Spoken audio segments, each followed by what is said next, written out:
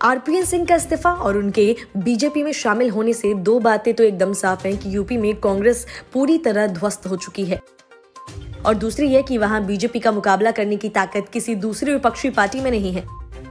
RPN Singh के BJP में शामिल होने से तत्कालीन तौर पर सबसे बड़ी मुसीबत स्वामी प्रसाद मौर्य के लिए खड़ी हो गई है, जो बीजेपी से समाजवादी पार्टी में सिर्फ इसलिए भागे कि वहां उनके बेटे को टिकट मिलने की उम्मीद थी, लेकिन ऐसा हुआ नहीं और अब स्वामी प्रसाद मौर्य के सामने अपनी पडरौना की सीट बचाने के लिए भी लाले पड़ गए हैं, क्योंकि सिर्फ आरपीएन सिंह ही नहीं बल्कि उनके बाद कांग्रेस के घोषित उम्मीदवार सहित इलाके के कई और नेता बीजेपी में शामिल होंगे।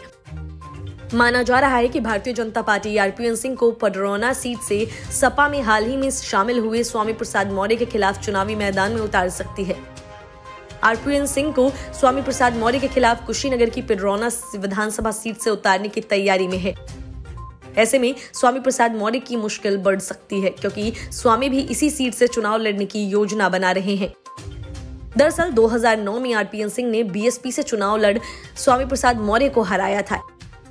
ऐसे में आरपीएन सिंह की पडरौना के साथ साथ कुशीनगर में एक बेहद मजबूत पकड़ और उनके पडरौना से ही चुनाव लड़ने की संभावना को देखते हुए स्वामी प्रसाद मौर्य अब सपा से किसी सेफ सीट पर चुनाव लड़ने की योजना बना सकते हैं। आरपीएन सिंह ने ऐसे वक्त में कांग्रेस से इस्तीफा दिया जब एक दिन पहले ही कांग्रेस ने यूपी चुनाव के लिए स्टार प्रचारकों की लिस्ट जारी की थी और उसमें आरपीएन सिंह को भी स्टार कैंपेनर बनाया था।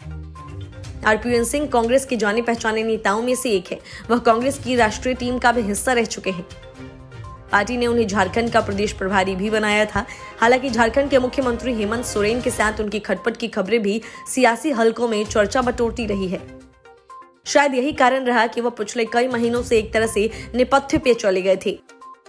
सियासी जानकार कांग्रेस से आरपीएन सिंह के मोह भंग की यही वजह बता रहे हैं।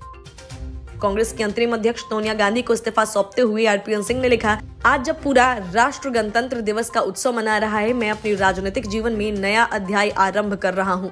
जय हिंद।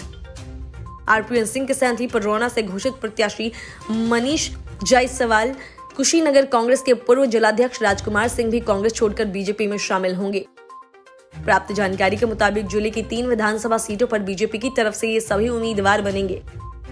कांग्रेस के कई दिग्गज नेता कांग्रेस शीर्ष नेतृत्व की उपेक्षा के चलते लगातार इस्तीफा दे रहे हैं। दरअसल आरपीएन सिंह बीते कई दशकों से पूर्वांचल की राजनीति का एक बड़ा चेहरा रहे हैं। कुशीनगर पडरौना राजघराने से ताल्लुक रखने वाले आरपीएन सिंह की कुशीनगर के आसपास के क्षेत्रों में एक बेहद मजबूत पकड़ है। Bureau report, news of India.